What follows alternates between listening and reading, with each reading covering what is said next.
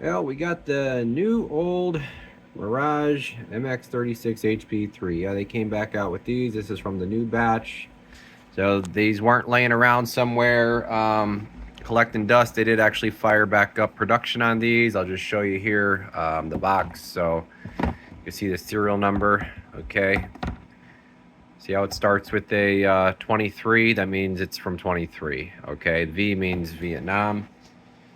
So looks like in about October, so they fired back up production. They're just hitting the market now. So they were a good radio back, a couple of years ago. They're a good radio now. Honestly, they're going to be your best bet if you want, budget friendly with dual finals and options like echo and talkback and variable power. So if you just want an AM, nice AM hammer, you can't run an amp, you can't run a radio with a built-in amp, anything like that. This is going to be your go-to.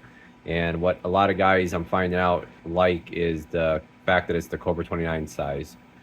Okay, other question is going to be what board is in it. Well, you guys know like the 86 Galaxy 86V, how everybody liked those. Those are kind of extinct now. I mean, they haven't been for sale for a long time. You can find a used one here and there. I actually have one that I won't let go. So same board as that, minus the sideband.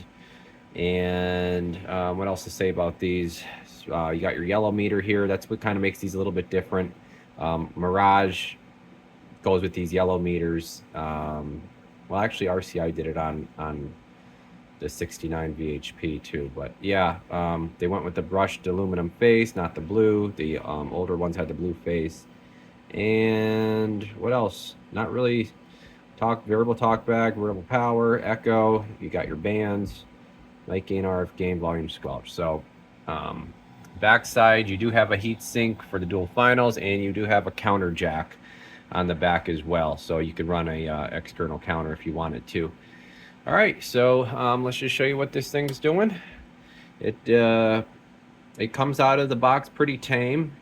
So everything's, modulation is turned down. It's got to get set if you want it to be 100%. And also the output could use a little bit of tuning, which I did. So she's all aligned. Frequency was off a little bit as well. Got that straightened out. So just minor stuff. Nothing a good tune alignment can't take care of. So here we go. RF power all the way down. Turn that mic gain down. We'll just check carriers for now. Again, this only has AM, so we're just going to be in AM the whole time. All right, just under 3 watts. He's not running any kind of boosters or add-ons, or you know what I'm talking about. So all the way up, we're rolling that variable. I got him set to just over 10 on the variable. Mic gain. Check out that peak. Audio check. 1, 2. She's between 40 and 50. Audio check. Yep, between 40 and 50 watt radio. Audio 5555555. Okay. So that's that. Now I'm using a Ranger 198 mic. You probably could get a couple more watts out of it with a stock mic because it's going to let through a little bit more audio. But I think the 198 sounds really, really good. Check it on the scope for you guys. Show you she's not blown out. Here's our settings once again. 30 millivolts, 1K tone. Hit it on. Boom. Real pretty waveform. Nice audio. Take our RF power. We'll roll that down. Stays nice and linear. No pinching, no flat topping. Nothing like that. I think that's pretty much it for well, I could show it to you on the spectrum actually, because this is a 10 meter. So why don't we do that real quick? She's nice and clean. These are a nice clean board. So certain boards just put out more harmonics and spurious submissions than others. It is, I don't know, it is what it is.